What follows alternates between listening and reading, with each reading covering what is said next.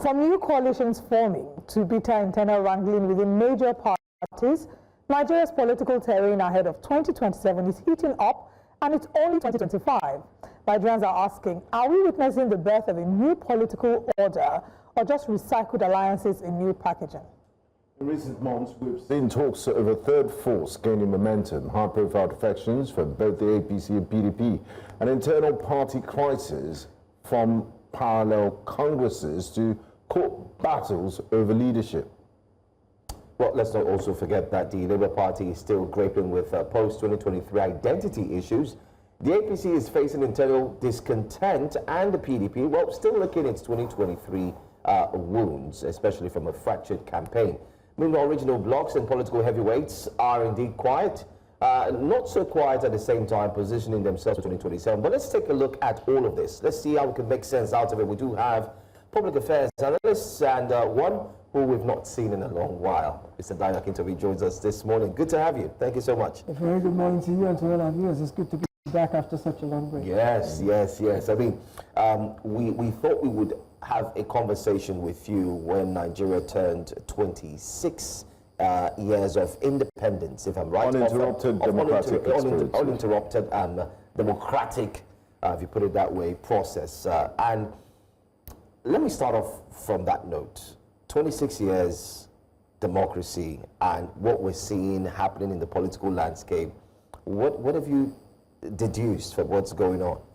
Well, our democracy is evolving, and I think that we're making progress slowly, if one step at a time, but we are moving forward. At least 26 uninterrupted years is a record. We've never attained that before. And then we've also had a number of firsts. We had a party, an opposition party, unseat the incumbent.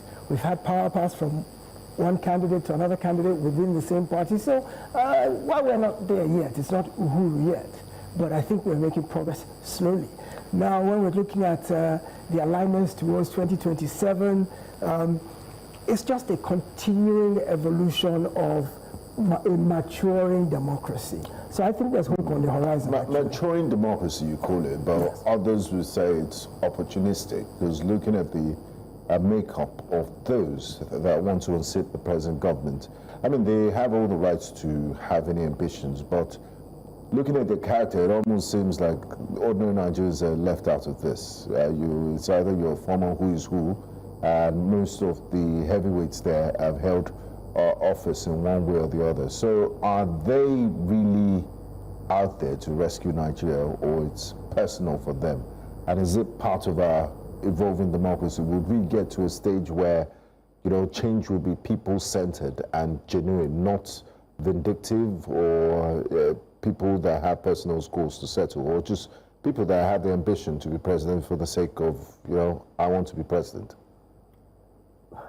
Well, that's a very tough question to answer, because at the end of the day, politics is all about interests, and self-interest always trumps people's interest. And the political class in Nigeria is the biggest problem. Democracy is called the government of the people. In theory, yes. Government of the people, by the people, for the people, in theory, but does it actually play out that way? Especially in a country like Nigeria, where the political elite, the political class, you look at the recycling of politicians year after year after year, even the people who are recently forming this new coalition. If you look at their histories, they've been in politics since after independence. It's the same people over and over and over again. And for 2027, for example, part of the disappointment in this new coalition is that a lot of people thought we'd see new faces, not recycled, tired, worn out people who've been in almost every dispensation. You look at David Mark, he's been in politics since the days of the military. You look at Aregbesola, you look at Amechi, all of these people have had recurrent roles in almost every government. Amechi was 8 years speaker, 8 years governor, 8 years minister. Come on. And as long as we're recycling the same thing over and over and over again, we can't get an injection of fresh ideas. We're recycling the same old elements, the same old ideas. So our democracy will continue to trundle along as opposed to leaping, as opposed to moving forward in leaps and bounds. So I would say that the race for 2027 began on June 1st, 2023, the day after the swearing in. Because the role of every politician is to get elected and re-elected. And when we talk about the fact that are these people serving their own interests, serving the common interest, I remember a saying by late American President John F. Kennedy where he said, ask not what your country can do for you, ask what you can do for your country. I don't think any Nigerian politician has matured to that point yet. Okay, we'll find out. I think my next question will be who's to blame for that, but we'll go on a very quick break, and when we come back, we'll be looking some more at the coalition and what the expectations are leading up to 2027.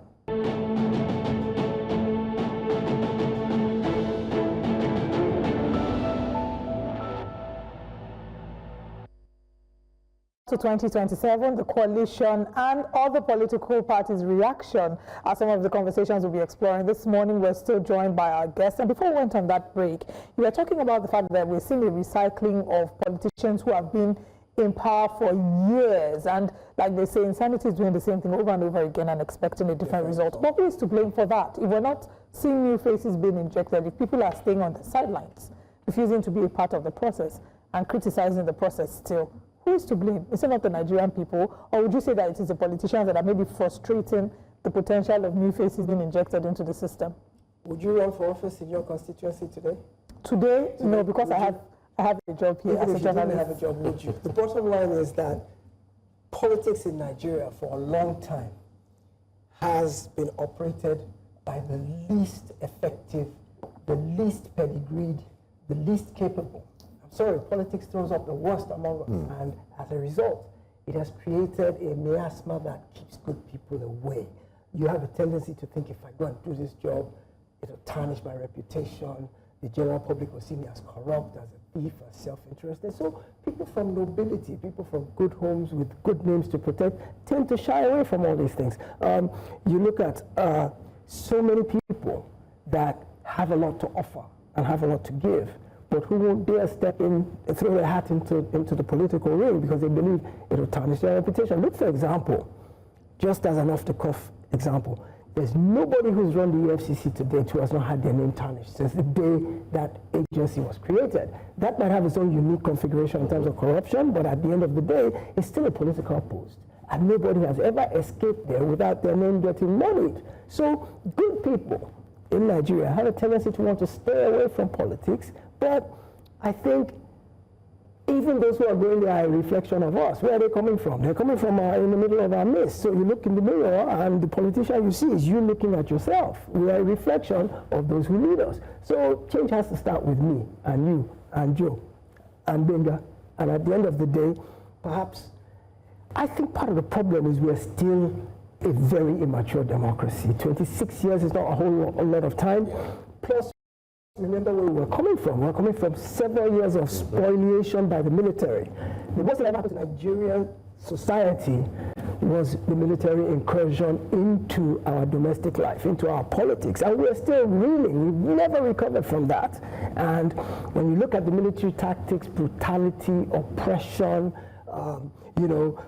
injustice, self-serving nature, all of that has permeated into the larger society and still has a deleterious effect. Yes. It hasn't gone. No, it hasn't. We're suffering a hangover, yes. Absolutely. And so on, which gave absolutely to 2020 what we saw in October. Absolutely. You've been following the political landscape as well, and part of the things we're discussing about is the opposition parties now. I'd like us to focus on it. Yes. You're aware of the ADC. Of course. I want us to play a game of chess here.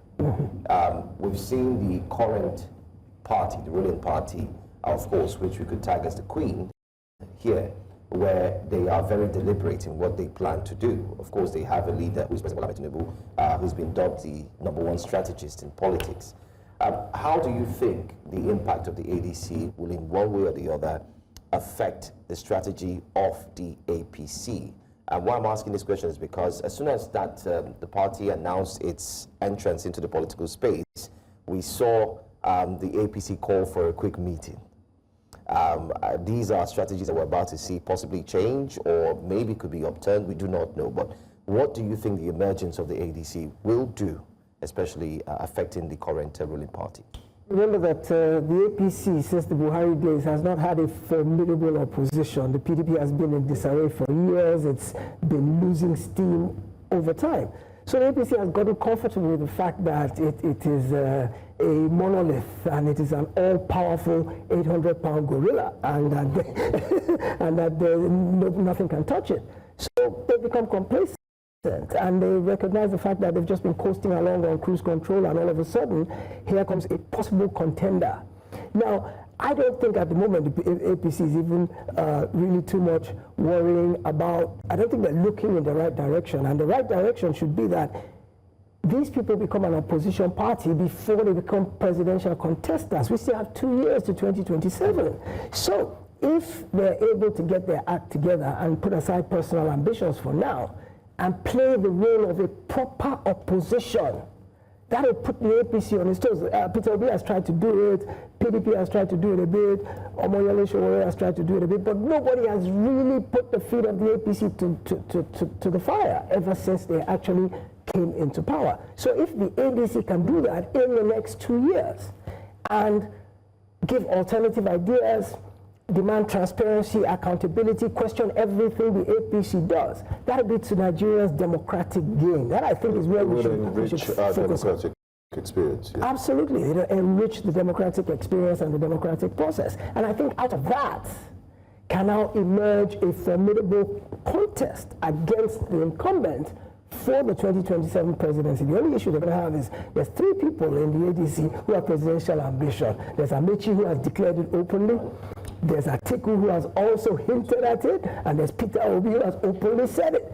So how do they now begin to step down their ambitions one for the other? The one thing I do know is that based on that gentleman's understanding of rotational presidency, that the odds favor Amechi and Obi at the moment more than an Atiku, because there are those who specifically did not vote for the PDP in the last election simply because they felt betrayed at this notion of the fact that the North will do 8 years, the South will do 8 years. So how is it possible for us to have come out of a Buhari 8-year northern rule and then go back to another northern rule? So that right there was dead in the water. So how do we expect, and you've talked about them standing as a formidable opposition before they start talking about providing candidates to represent the party. What we're seeing, however, is that there are people who have not left their political parties that are members of the ADC. Peter Obi has said he's a member of the Labour Party and still a member of the ADC.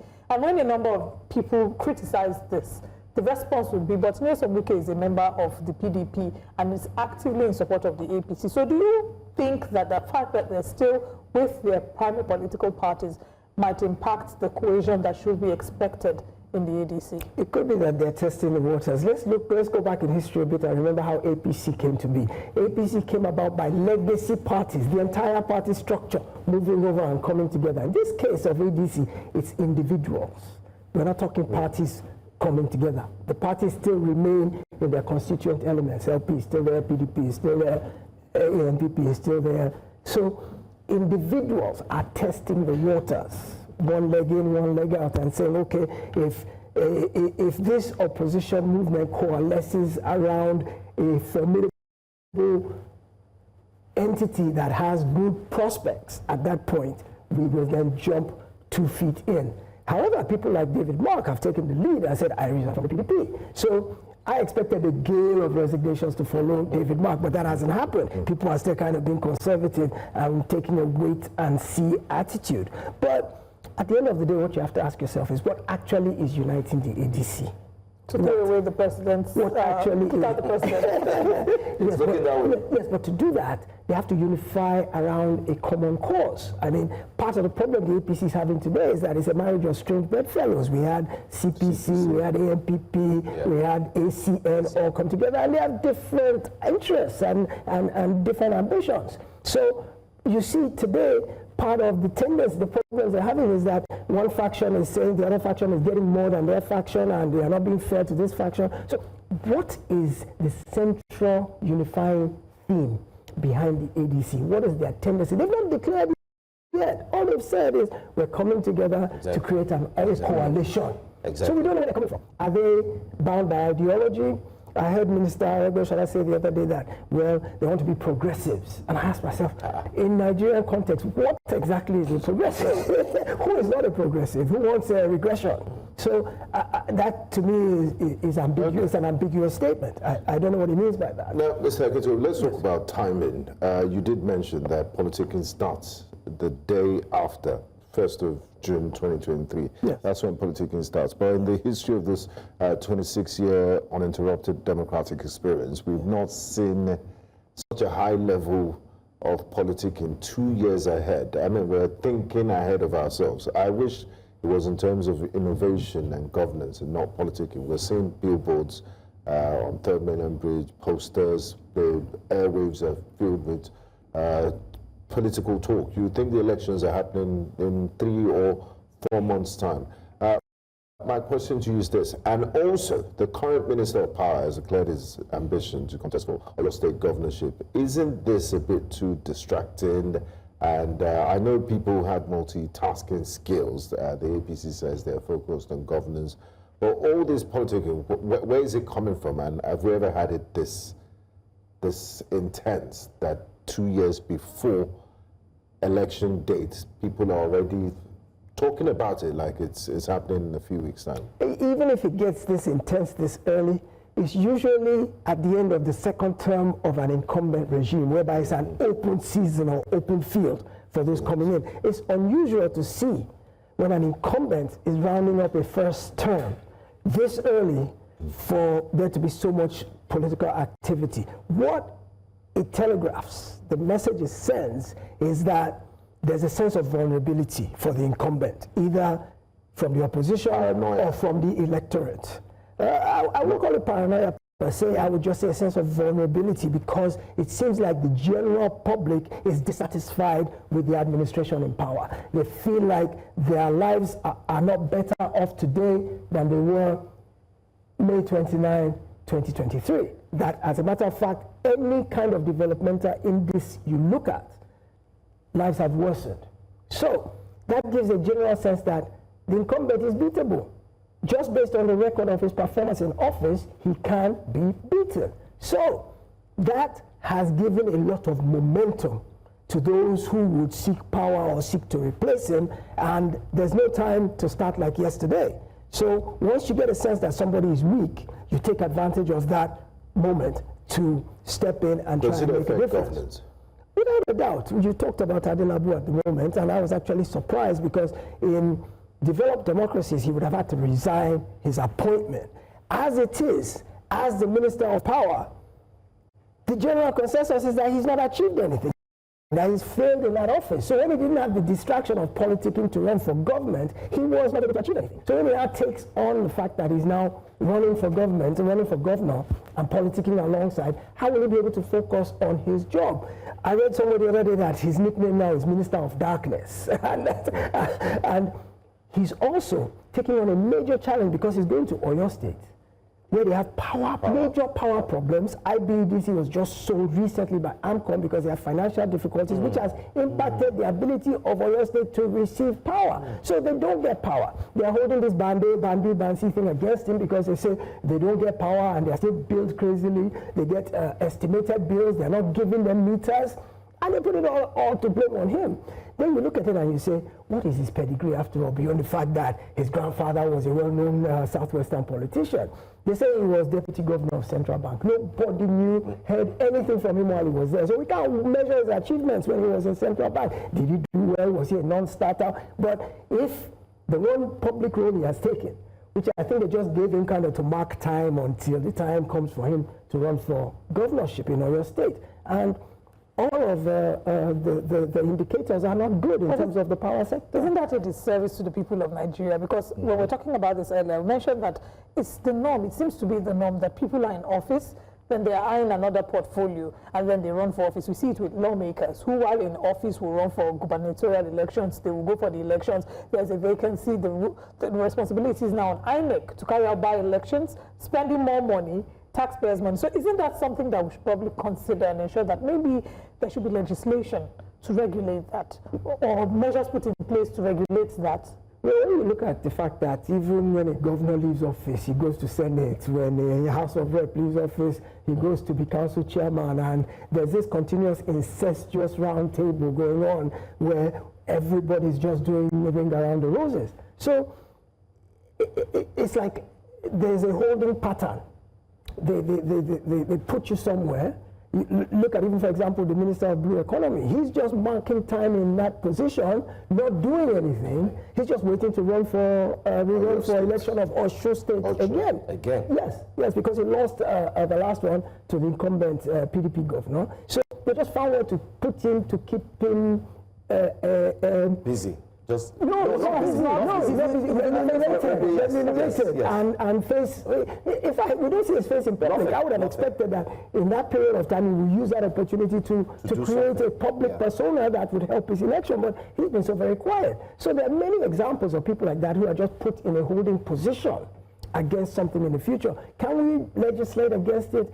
I'm not too sure, because I think that would violate the freedom of association tenet of the Constitution. But you know, I'm not happy about what Dapo has done. I think he should have done the honorable thing and resigned. But because he's still 2 years ahead, he's still getting how to feather his nest for the next year and a half. He's not ready to leave that office, but at the same time, he's declaring his ambition. It's a very important office. Don't you think Mr. President should step in at this point in time?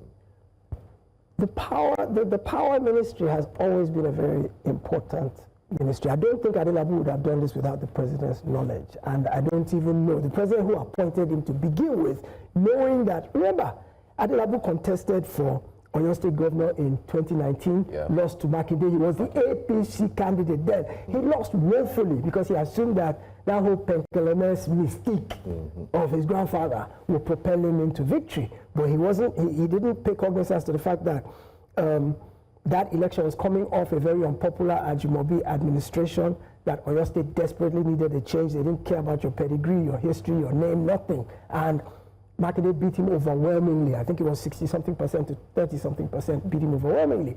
In 2023, he ran again. Because he couldn't get the APC ticket, he defected to Accord Party. I went to run under Accord and came a miserable third. I think he got like 40,000 votes out of so many million that were cast. So PDP, Makinde won again.